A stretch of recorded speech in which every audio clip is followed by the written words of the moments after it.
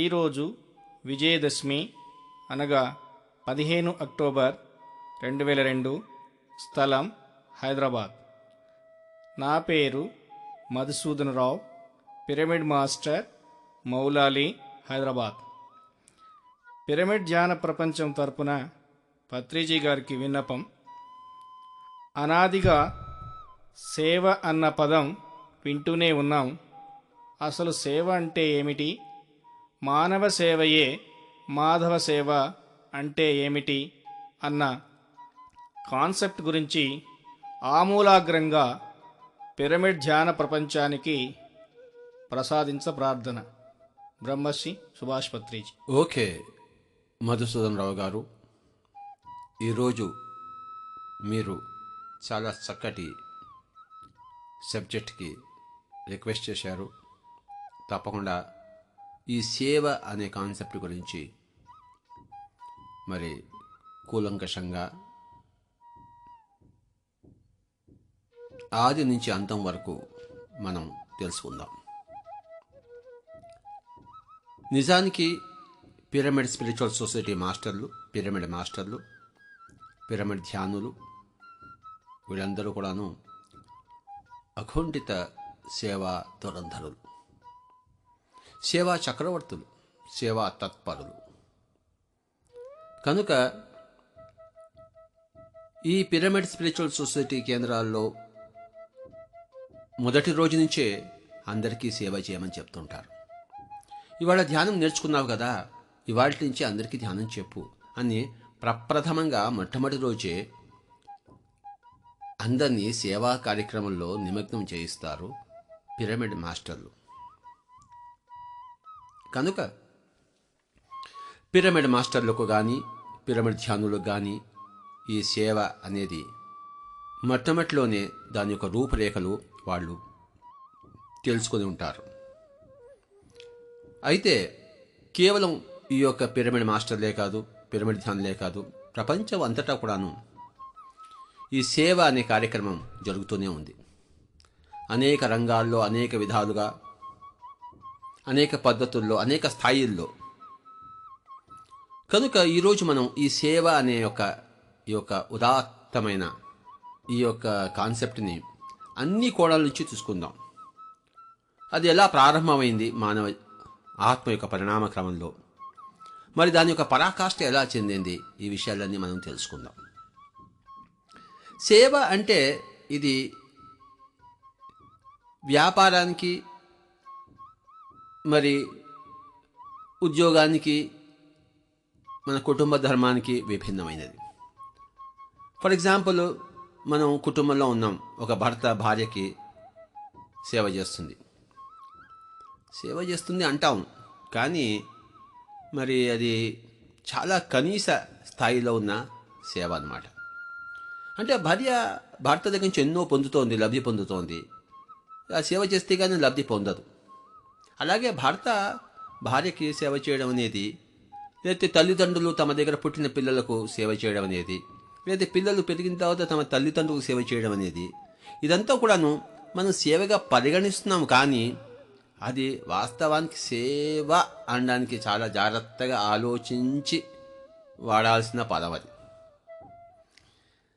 అంటే చిన్నప్పుడు తల్లిదండ్రులు మనల్ని పెంచారు కనుక తల్లిదండ్రులు మనం బాగా చూసుకోవడం వాళ్ళ వయసులో అనేది అది ధర్మం అవుతుంది. కానీ అది సేవా కార్యక్రమం అనేది మనం కష్టంగా ఆలోచించవలసిన విషయం. మన ధర్మం వేరే, సేవ వేరే. మన కర్తవ్యం వేరే, సేవ వేరే. ఉద్యోగంలో మనం డబ్బులు తీసుకుంటున్నాము, మరి గవర్నమెంట్ సర్వీస్ చేస్తున్నాం అంటున్నారు.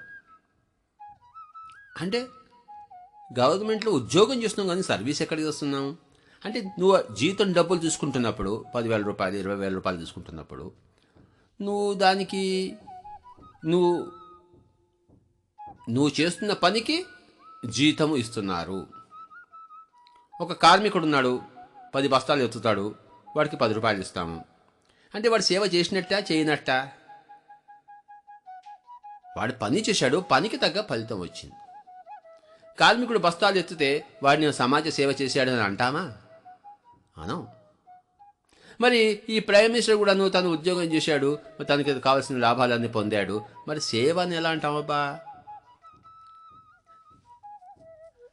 కార్మికుడు 10 బస్తాలు మోసి 10 రూపాయలు సంపాదించుకుంటే ఎలాగో, ఒక ప్రొఫెసర్ ఉన్నాడు యూనివర్సిటీలో, తను ఆ బుద్ధి యొక్క కర్మ చేస్తున్నాడు, తను 10,000 రూపాయలు పొందుతున్నాడు. అంటే ఎవరికి తగిన వాళ్ళ కష్టం చేసి వాళ్ళ కష్టాన్ని వాళ్ళు సొమ్ము చేసుకుంటున్నారు. మరి బస్తా మోస్తే కొంచెం సొమ్ము వస్తుంది, మరి ఇంగ్లీష్ ప్రొఫెసర్గా ఉంటే వేరే సొమ్ము వస్తుంది. మరి అలాంటప్పుడు వాళ్ళని సేవ చేస్తున్నారు అని అనడంలో చాలా కష్టంగా చేయాలి. అంటే భర్త భార్యని సేవ చేయడం, కాళ్ళు పెసుకోవడం, రాత్రిపూట సేవ చేస్తుంది. కానీ మరి పక్కింటి వాళ్ళకి సేవ చేస్తే అది సేవ అవుతుంది. కానీ నీ మొగుడికి నువ్వు సేవ చేస్తే అది సేవ అని, నీ భార్యకి నువ్వు చేస్తే, నీ పిల్లలకు నువ్వు చేస్తే, నీ తల్లిదండ్రులు నువ్వు చేస్తే అది ధర్మ కర్తవ్యం, ధర్మ నిర్వహణ కర్తవ్య నిష్ట అవుతుంది. కానీ సేవా మరి సేవా దురంధరత, సేవా మరి తత్పరత ఎలా అవుతుంది? కాదా అంటే కాదు అని కాదు, అవుతుంది. కానీ చాలా కనీస పక్షంలో ఉన్నది అది అని మనం అర్థం చేసుకోవాలి. మా ఫాదరు అంటుండేవారు, నేను గవర్నమెంట్ సర్వీస్ చేస్తున్నాను రా అని చెప్పేసి. నాకు అప్పుడే నాకు సమంజసంగా అనిపించలే. నువ్వు గవర్నమెంట్ ఉద్యోగం చేస్తున్నావు, సర్వీస్ ఎక్కడ చేస్తున్నావు? నువ్వు డబ్బులు తీసుకోకుండా నువ్వు రోజు గవర్నమెంట్ పని చేస్తుంటే ఇంటికి ఏం డబ్బులు తీసుకోకుండా వాళ్ళు తమంతట తాము ఇచ్చింది తీసుకుంటూ, అది సేవ. సేవకి ప్రతిఫలం ఉంటుంది. ఫర్ ఎగ్జాంపుల్, నువ్వు ఫ్రీగా రోడ్లన్నీ ఓడుస్తున్నావు, మున్సిపాలిటీ రోడ్లన్నీ పొద్దున్నే లేస్తున్నావు, తీసుకున్నావు, చక్క రోడ్లన్నీ ఓడ్చావు, మళ్ళీ సాయంత్రానికి తిరిగి వచ్చేసావు. ఎవరన్నా దయ తెలిసి వాళ్ళ ఇంటికి భోజనం పిలిచి కాఫీ ఇచ్చి టిఫిన్ ఇస్తే అది తీసుకుంటావు. కానీ నువ్వు మున్సిపాలిటీలో నెలకి 10,000 రూపాయలు తీసుకుంటావు, రోడ్లన్నీ ఓడిస్తే అది నీ యొక్క కష్టానికి ప్రతిఫలమే కానీ అదొక ఉద్యోగమే కానీ సర్వీస్ కాదది. కనుక మా ఫాదర్ చిన్నప్పటి నుంచి నేను గవర్నమెంట్ సర్వీస్ చేస్తున్నానంటే నాకు చాలా నవ్వులాటగా ఉండేది. ఆయన ఏదో గొప్పగా ఫీల్ అయ్యేవాడు అన్నమాట. నేను సర్వీస్ చేస్తున్నాను అనుకునేవాడు. సర్వీస్ నుంచి రిటైర్ అయ్యాను అంటారు. సర్వీస్ నుంచి రిటైర్ కాలేదు, నువ్వు ఉద్యోగం నుంచి రిటైర్ అయ్యావు. నువ్వు సర్వీస్ ఎక్కడ చేసావు? 30 సంవత్సరాలు గవర్నమెంట్ సర్వీస్ కాదు, గవర్నమెంట్ ఉద్యోగం చేసావు. కానీ వాళ్ళు గవర్నమెంట్ సర్వీస్ అంటారు, అదేమిటో నాకు అర్థం కాలే, మింగుడు పడలే. తల్లిదండ్రుల సేవ, తల్లిదండ్రుల సేవ ఏమిటి? అది నీ ధర్మం, నీ కర్తవ్యం, అది సేవ ఏమిటి? నువ్వు వాళ్ళు నీకెంత చేశారు చిన్నప్పుడు వాళ్ళకి నువ్వు ఇస్తున్నావు. నువ్వు వాళ్ళ దగ్గర నుంచి ఎంత పొందావు అంతా వాళ్ళకి ఎంత ఇస్తున్నావు. మరి నువ్వు చిన్నగా ఉన్నప్పుడు, నువ్వు చేతకాని వాడు అయినప్పుడు వాళ్ళని పెంచి పెద్ద చేశారు కదా. నువ్వు వాళ్ళకి చేతకానప్పుడు నువ్వు వాళ్ళని చూసుకుంటున్నావు. కనుక ఇందులో కనీసపు సేవ ఉన్నట్టు కనబడుతోంది కానీ, లేకపోతే ధర్మ కార్యక్రమంగా కనబడుతుంది. కానీ నాకు ఆ సేవ అన్న పదానికి దానికి ఒక ఎగ్జాంపుల్గా తీసుకోవడానికి నాకు ఎక్కడా కనపడలేదు. నీ కర్తవ్యం అది. వాళ్ళ దగ్గర పుట్టావు, వాళ్ళని చూసుకోవాలి, ధర్మం. చూసుకోకపోతే అధర్మం, చూసుకుంటే సేవ కాదు.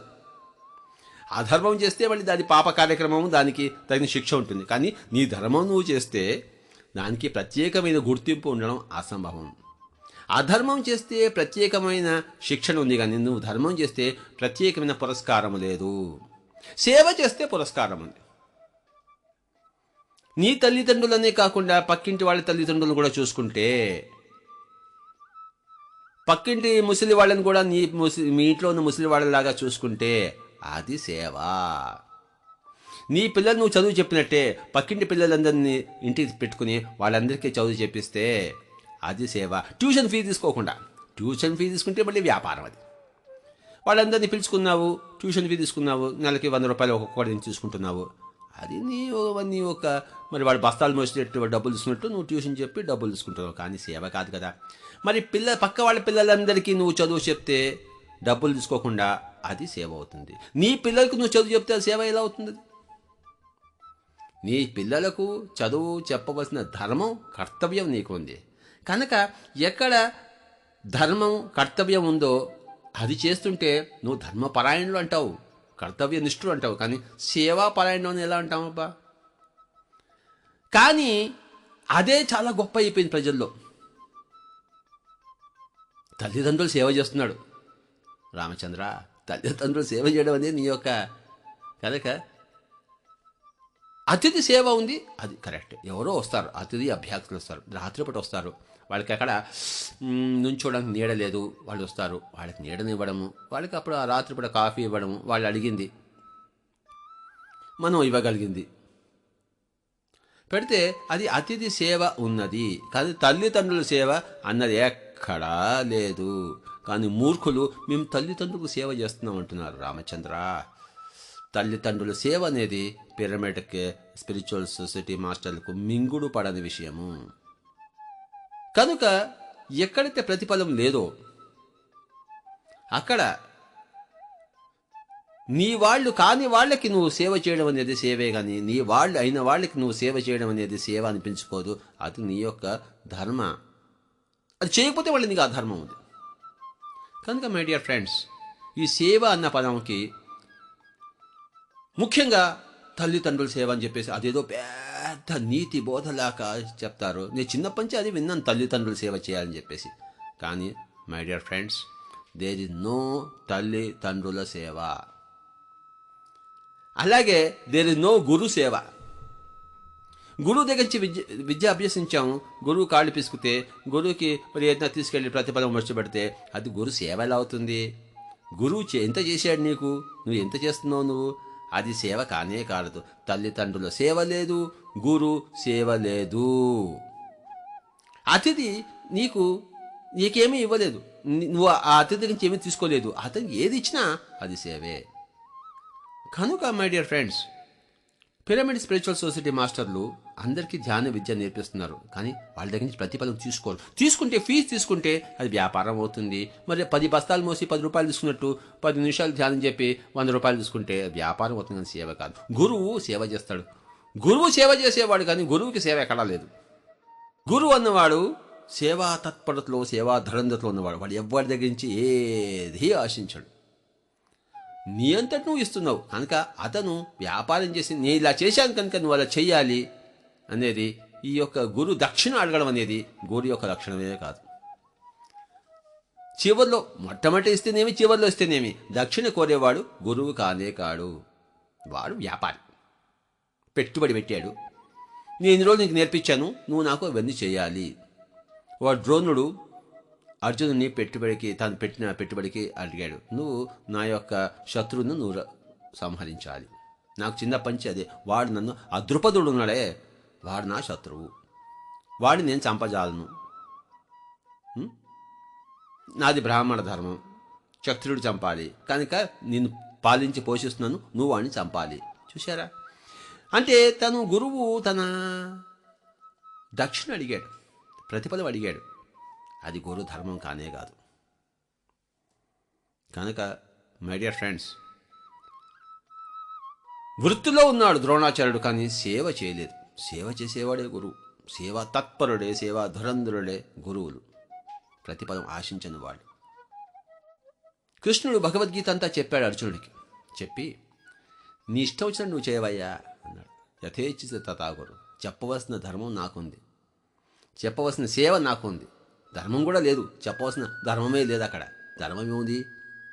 ఎవడు ఎట్టాబొట్టే కృష్ణుడికి ఎందుకు? కానీ ఆయన తన సేవ చేశాడు. ఆయన సేవా తత్పరుడు, సేవా ధురంధరుడు. కృష్ణుడికి 16,000 గోపికలు. అంటే ఆయనకి అంతమంది గోపికలు ఆయన చుట్టూ ఎందుకు చూలేరు? అంటే ఆయన సెక్స్ చేశాడు వాళ్ళందరితో. ఏ ఆడితే ఒకరికన్నా ఒకరితో మించి సెక్స్ చేయదు. కానీ వాళ్ళు ఎందుకు కృష్ణుడు చుట్టూ చూడరు? కృష్ణుడు ప్రతి వాళ్ళకి ఆ చెట్టు కింద కూర్చోబెట్టి, ఈ చెట్టు కింద కూర్చోబెట్టి ధ్యానం నేర్పించేవాడు. అంతకుముందు జన్మలో మునులందరూ కూడాను ఈ జన్మలో గోపికలై కృష్ణుడి దగ్గర చేరారట. అంటే మునులంటే వాడు మౌనంలో పరాకాష్ఠ సంపాదించాడు, కానీ ధ్యానం దాకా పోలే. కానీ ధ్యానం నేర్పించాడు వాళ్ళందరికీ, మూడో కొన్ని గురించి నేర్పించాడు. కనుక వాళ్ళంతా, ఆ మునులంతా గోపికలుగా మారి ఋషులు అయ్యారు కృష్ణుడి దగ్గర. 16,000 మంది ఋషులు, 16,000 మంది మునులు, 16,000 మంది గోపికలుగా తయారయ్యి 16,000 మంది ఋషులుగా తయారయ్యారు ఈ యొక్క యోగీశ్వరుడి దగ్గర. చూశారా? ఇంతమందికి ఆయన సేవ చేశాడు. కనుకనే మరి గోపీజన గోపీజన అంటే గోపాలుడు, అంటే ఇంద్రియాన్ని పరిపాలించేవాడు గోపాలుడు. గోపీజనం అంటే తాము కూడా తమ ఇంద్రియాలని వశపరుచుకునే ఆ యొక్క మార్గంలో ఉండేవాళ్లే గోపికలు, గోపీజన పరివేష అంటే అందరూ కూడా యోగ సామ్రాజ్యంలో ప్రవేశించడానికి, అందులో ఉత్తీర్ణులు కావడానికి ఎవరైతే ఉరుతులుతారో వాళ్ళందరూ కృష్ణుడి చుట్టూ చేరారన్నమాట. వాళ్ళందరికీ కృష్ణుడు ధ్యాన విద్య నేర్పించాడు. అంతకుముందు మౌన విద్య నేర్చుకున్నారు, మునులు అయ్యారు. మరి కృష్ణుడి దగ్గర వాళ్ళందరూ చేరి ధ్యాన విద్య నేర్చుకుని ఋషులు అయ్యారు. చూశారా, గోపీజన పరివేష్టితుడు అంటే అది అర్థం. కానీ మనం వాళ్ళు సెక్స్ పరంగా తీసుకుని రామచంద్ర. ఒకసారి కృష్ణుడు ఏమైందంటే ఒక నదిని దాటాలి. నదిని దాటినప్పుడు ఒక ఆవిడ, మరి నది చాలా బాగా పొంగి పొరులుతోంది. ఏం చేయాలంటే, కృష్ణుడే కనుక బ్రహ్మచారి అయితే నది దారి వచ్చుగాక అని చెప్పు, నేను బ్రహ్మచారిని అయితే నా దారి ఇస్తుంది అంటే. చూసారా, ఎవడ కృష్ణుడు బ్రహ్మచారి ఎలా అవుతాడు అంతమంది స్త్రీలతో ఉంటే? బ్రహ్మచారి అంటే బ్రహ్మజ్ఞానంలో చరించేవాడు, బ్రహ్మతత్వంలో అనుక్షణం ఉండేవాడు. కనుకనే వెంటనే ఆ యొక్క యమున చీలింది, మరి దారిచ్చింది. అటువైపు దూర్వాసుడు ఉన్నాడు. ఆ దూర్వాసుడు భోజనం పెట్టి తిరిగి వస్తుంటే మళ్ళీ యమున ప్రాబ్లం ఉంటే, దూర్వాసుడికి కనుక కోపం ఉంటే నది చీలకుండా ఉండు కాక, కోపం లేకపోతే నది చీలుకాక అన్నాడు. దూర్వాసుడు అంటే కోపానికి ప్రతీక. కోపం ఎందుకు వస్తుంది? పక్కవాడిని బాగు చేయాలి అనే తీవ్ర తపన ఉన్నప్పుడే కోపం, లేదు ఎవడు ఎటుపోతే మనకెందుకుట. పిరమిడ్ స్పిరిచువల్ సొసైటీ మాస్టర్లందరికీ ఈ సుభాష్పతి యొక్క కోపం చాలా దోహం ఉంది. ఈయన నిత్య కోపిష్టి అబ్బా అంటారు, దుర్వాసుడిలాగా. కానీ ఆవిడ దూర్వాసుడి పేరు తీసుకుని చేస్తే ఆ యమున చీలిపోయింది. చూశారా, అంటే కృష్ణుడు ఎలాంటి బ్రహ్మచారి, మరి దూర్వాసుడు ఎలాంటి కోపిష్టి. మై డియర్ ఫ్రెండ్స్, సేవ అన్నది ఒకానొక ఆత్మ యొక్క చరిత్రలో ఎన్నో జన్మల తర్వాత మొదలవుతుంది. మొట్టమొదటిలో వాడు తన సంగీతాన్ని, తన తిండి, తన త్రాగుడు, తన నిద్ర, తన స్వంత భోగాల్లోనూ కొట్టుకుపోతుంటాడు. అంటే తమో గుణంలో కొట్టుకుపోతాడు. తర్వాత రజోగుణంలో అందరూ నాకింతే పని చేయాలి, నేనే రాజుగా కావాలి. కొన్ని జన్మలు కుంభకర్ణుడిలా, కొన్ని జన్మలు రావణాసురుడు ఉంటే, రావణాసుడు ఎక్కడ సేవ చేశాడు? కుంభకర్ణుడు ఎవడు సేవ చేశాడు? వాడు తాగి తన్నాడి పడుకోవడం తప్పితే 6 సంవత్సరాలు తినడము, 6 సంవత్సరాలు పడుకోవడం. కుంభకర్ణుడి జీవితంలో సేవ ఎక్కడుంది? రావణాసురుడి జీవితంలో సేవ ఎక్కడుంది? అంటే ఏంటి? ప్రతి ఆత్మ కూడాను మొత్తం 100 జన్మలు ఉన్నాయనుకోండి, 30 జన్మలు తమోగుణంలోనూ 30 జన్మలు రజోగుణంలో పోతాయి. 60% సేవ లేకుండానే పోతాయి. తర్వాత 40% మరి సేవ కార్యక్రమం మొదలవుతుంది. సాత్విక గుణ ప్రధానం వచ్చినప్పుడు అప్పుడు సేవ మొదలవుతుంది. అప్పుడు వాళ్ళు ఏం చేస్తారంటే, ఇంట్లోనే ఉంటారు, తమ పనులను తాము చూసుకుంటుంటారు. తమ మధ్యాహ్నం సమయంలో పక్కింటి వాళ్ళతో ముచ్చట్లు పెట్టకుండా మరి వాళ్ళకి ఏదో సహాయం చేస్తుంటారు. పక్కింటికి వెళ్ళి ముచ్చట్లు పెట్టుకుంటే అక్కడ సేవ ఏమీ లేదు. అంటే నీ యొక్క ముచ్చట నువ్వు తీర్చుకుంటున్నావు, ఏదో గప్పాలు కొట్టుకుంటున్నావు. కానీ ఆ మధ్యాహ్నం సమయంలో పక్కింటి పిల్లలకి మరి ఇంగ్లీష్ నేర్పించడము, లెక్కలు నేర్పించడం, కాస్త సంగీతం నేర్పించడం, మరి చుట్టుపక్కల ఇంటికి వాళ్ళ ముసలి వాళ్ళు ఉంటే వాళ్ళకి కాస్త పరిచయం, మరి వాళ్ళకి కాస్త మంచి మాటలు చెప్పడం, ఇవి సేవా కార్యక్రమాలు. అలా మొదలవుతుంది సాత్విక గుణ ప్రధానంలో. అంటే ఏంటి? వాళ్ళు ఇంట్లో పనులు ఉంటే బయటికి వెళ్ళరు, ఇంట్లో పనులు ఏమీ లేనప్పుడు బయటికి వెళ్ళి కాస్త సేవా కార్యక్రమాలు చేస్తుంటారు. వాళ్ళకి మళ్ళీ బయటికి వెళ్ళి డబ్బు సంపాదించాలని ఎక్కడ ఉండదు. అయితే ఈ సేవా కార్యక్రమాలు చేస్తున్నప్పుడు ఇంట్లో చాలా మరి వాళ్ళు అవమానాలకు గురవుతారు. ఏమయ్యా ఊరికి పోయి వాళ్ళకి వీళ్ళకి పిచ్చిగా చెప్పే బదులు నువ్వు కొంచెం వ్యాపారం చేస్తే ఇంకో 3 లక్షలు వస్తాయి కదా ఇంటికి, ఇంకో 3 ఫ్రిడ్జులు, 3 ఏసీ రూమ్స్ వస్తాయి కదా అంటారు ఇంట్లో వాళ్ళు. కానీ వీళ్ళకి మటుకు ఆ ఏసీ రూములు, ఆ యొక్క వాటి మీద వ్యామోహం లేదంటే అవన్నీ గత జన్మలో అయిపోయాయి. ఇప్పుడు పక్కవాడికి మంచి చేస్తే, వాళ్ళకి సహాయం చేస్తే వాడి మొహంలో కనపడే ఆనందం వీడికి ఎంతో ఆనందాన్ని ఇస్తుంది. కనుక ఆ చిన్న చిన్న సేవలే వీడికి ఎంతో తృప్తినిస్తాయి. వీళ్ళు అంతకుముందు మరి ఎన్నడూ లేని తృప్తి వాడి జీవితంలో మొదలవుతుంది. సేవ ఎక్కడుందో అక్కడ తృప్తి ఉన్నది, ఎక్కడ సేవ లేదో అక్కడ తృప్తి అనేది మృగ్యము. అసంతృప్తి రాజ్యం వెళ్తుంటుంది, కానీ తృప్తి ఎక్కడ రాజ్యం వెళ్తుంటుంది? తృప్తి అన్నది మనిషికి సేవ నుంచే ప్రారంభమవుతుంది. ఆ తృప్తి కోసం ఆ సేవ చేస్తుంటారన్నమాట. సంఘ సేవికలు ఉన్నారు, సంఘ సేవ చేసేవాళ్ళు. వాళ్ళు ఏమీ ఆశించరు, కానీ పొద్దున్నే పోయి ఏదో రోడ్లు ఊడుస్తుంటారు, లేదా ఏదో చెట్లు పెడుతుంటారు, ఏదో పోయి ఫ్రీగా ఎడ్యుకేషన్ ఇస్తుంటారు. మరి ట్యూషన్కి డబ్బులు తీసుకుంటే అది సేవ కాదు. అది ట్యూషన్ ఫ్రీగా చెప్తుంటే అది సేవ. అప్పుడు వాళ్ళు ఆ తృప్తి ఉంటుంది. వాళ్ళు వీళ్ళకి ఏమీ ఇవ్వలేరు, ఫలం కూడా ఇవ్వలేరు, కానీ వాళ్ళ మొహంలో తృప్తి, అది వీళ్ళకి వాళ్ళ మొహంలో ఆనందం, వీళ్ళకి ఎంతో తృప్తి. మై డియర్ ఫ్రెండ్స్, సేవ అన్నది తృప్తినిస్తుంది. ఎంత తృప్తినిస్తుందో చెప్పనలవి కాదు. మదర్ టెరసా ఉందనుకోండి, మరి ఆవిడ ఎంత సేవ చేసింది, ఆవిడ ఎంత తృప్తి అనుభవించుంటుంది. కలకట్టాలో ఎంత నికృష్టమైన జీవితం రోడ్డు మీద గడుపుతూ ఉంటారు. రోడ్డు మీద కన్ని పారేసిన వాళ్ళు, వాళ్ళని ఎక్కడో తీసుకెళ్ళి బట్టలు ఇచ్చి అన్నం పెట్టి మళ్ళీ వాళ్ళకి ఎడ్యుకేషన్ నేర్పించి ఆవిడ ఎన్ని విద్యాసంస్థలు పెట్టి, మరి చూసారా, ఆవిడ సేవ చక్రవర్తి. మనం ఇంట్లో మనం చేసుకుంటూ మన పనులు చూసుకుంటూ మన స్పేర్ టైంలో, ఖాళీ టైంలో సేవ చేయడం ఒకటి ఎత్తు అయితే, మరి జీవితాన్నంతా సేవకి అంకితం చేయడం అనేది అది సేవా ధురంధరత్వము. మహాత్మా గాంధీ ఆయన తన పిల్లల్ని పట్టించుకోలేదు. ఎప్పటినా ఆయన పిల్లలు అసలు మనం విన్నామా? ఆయనకి 5 మంది పిల్లలు ఉంటారంటే ఎప్పుడు తెలుసు, చదువు మనం మర్చిపోతాం. మనకి మహాత్మా గాంధీ పెళ్ళాము, కస్తూర్బాబాయి పిల్లలు మనకు గుర్తురా. మహాత్మా గాంధీ సేవ అంటే అది సేవా చక్రవర్తి. ఆయన మదర్ టెరసా సేవా చక్రవర్తి. మరి నెల్సన్ మ్యాండెలా ఉన్నాడు, ఆయన ఎన్ని సంవత్సరాలు మరి కారాగారంలో మగ్గాడు. ఎందుకు తెల్లవాళ్ల జులుం నల్లవాళ్ల మీద. అలాగే మార్టిన్ లూథర్ కింగ్ ఉన్నాడు, అమెరికా చంపేశారు ఆయన. ఈ సేవ చేసే వాళ్ళందరూ చంపేస్తానండోయ్. కనుక చంపడానికి చావడానికి భయపడ్డవాళ్ళు మరి వాళ్ళ సేవలో ముందంజ వేయలేరు. చావడానికి భయపడే వాళ్ళే సేవలో ముందుంటారు. చూసారా మై డియర్ ఫ్రెండ్స్, సేవ చేయడం అనేది అంత తేలికైన విషయం కాదు, ఎంతో కష్టమైన విషయం. కనుక దానికి అవమానాలన్నీ సహించాలి. ప్రాణభయం ఉండకూడదు. అలాంటి వాళ్ళే సేవా తత్పరులు కాగలరు, సేవా దురంధరులు కాగలరు, సేవా చక్రవర్తులు కాగలరు. పిరమిడ్ మాస్టర్లందరూ సేవా చక్రవర్తులు, సేవా దురంధరులు, సేవా తత్పరులు. అయితే మరి మదర్ టెరసాకి, మహాత్మా గాంధీకి, మరి నెల్సన్ మ్యాండెలా, మార్టిన్ లూథర్ కింగ్ వీళ్ళకి పిరమిడ్ మాస్టర్లకి తేడా ఏమిటి అంటే, ఓయబ్బా చాలా తేడా ఉంది. ఈ సేవ అనేది తమో గుణం అయిపోయిన తర్వాత, రజోగుణం అయిపోయిన తర్వాత సాత్విక గుణం ప్రధానంలో మొదలవుతుంది. ఉదాహరణకు ఈ గోదావరి నది ఉందనుకోండి, నాసికలో త్రయంబకేశ్వరం దగ్గర అక్కడ బొట్టులో ప్రారంభమై మెల్లిమెల్లిగా ప్రవాహంలా కొనసాగి మరి రాజమహేంద్రవరం వచ్చేసరికి పెద్ద సముద్రంలా తయారవుతుంది. అలాగే సేవ కూడాను ఈ సాత్విక గుణ ప్రధానం అంటే 100కి 60 జన్మలు అయిపోయిన తర్వాత తమో రజో గుణాల్లో మిగతా 40 జన్మల్లో మొట్టమొదటి జన్మలో మరి ఆ బొట్టుగా మొదలై చివరి జన్మకు వచ్చేసరికి ఒక పెద్ద బుద్ధుడులాగా, కృష్ణుడిలాగా, జీసస్ క్రైస్ట్ లాగా వచ్చేస్తామని. అంటే అక్కడ సముద్రంలో విలీనమవుతుంది. సేవా ధురంధరులుగా, సేవా చక్రవర్తులుగా, సేవా తత్పరులుగా ఏ ఆత్మ యొక్క ఆ వ్యక్తిత్వం అక్కడ పరిసమాప్తం అవుతుంది, అక్కడ పరాకాష్ఠం చెందుతుంది.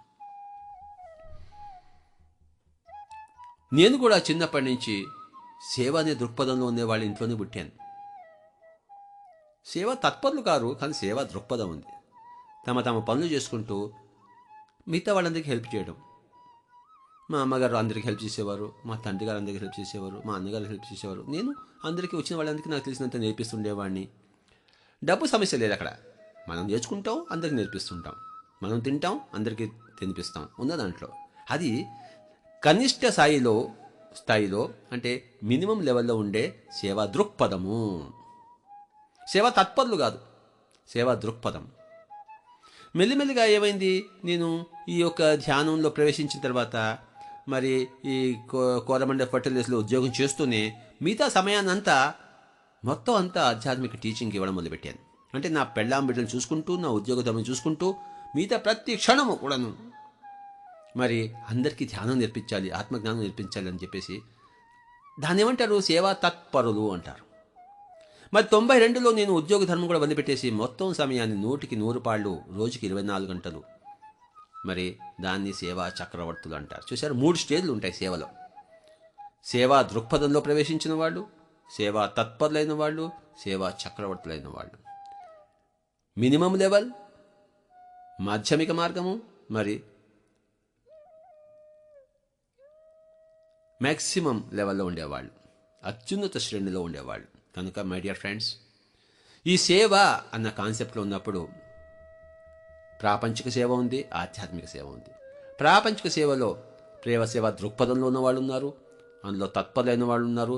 ప్రాపంచిక సేవలో చక్రవర్తులుగా ఉన్నారు. మహాత్మా గాంధీ లెవెల్ ఇందాక చెప్పిన నలుగురు ఆ ప్రాపంచిక సేవలో మరి పరాకాష్ఠలు ఎవరెస్ట్ శిఖరంలో ఉన్నవాళ్ళు. కనుక ఈ ప్రాపంచిక సేవ అంతా అయిపోయిన తర్వాత అప్పుడు ఆధ్యాత్మిక సేవ మొదలవుతుంది. ప్రాపంచిక సేవనే కర్మయోగము అంటాం. కర్మయోగం నెంబర్ 1 అంటాం. మన యోగ పరంపర కాన్సెప్ట్లో కర్మయోగము నెంబర్ 1 ఉంది. అదంతా ఇందులోకి వస్తుంది. కనుక మై డియర్ ఫ్రెండ్స్, అందరూ సేవా దృక్పథంలో చేరాలి, సేవా తత్పరులు కావాలి, మరి అంతిమ పక్షంగా సేవా చక్రవర్తులు కావాలి. మొట్టమొదట లౌకిక పరంగా మొదలవుతుంది, క్రమేపీ అది ఆధ్యాత్మికంగా మారిపోతుంది. నా జీవితంలో అలాగే జరిగింది, అందరి జీవితాల్లో అలా జరుగుతుంది. ఇది శాస్త్రము, ఇది సేవా శాస్త్రము, ఇది సేవా విజ్ఞానము, ఇది సేవా జ్ఞాన విజ్ఞాన శాస్త్ర పరిచయము. ఇంకా మనం ముందు తెలుసుకుందాం.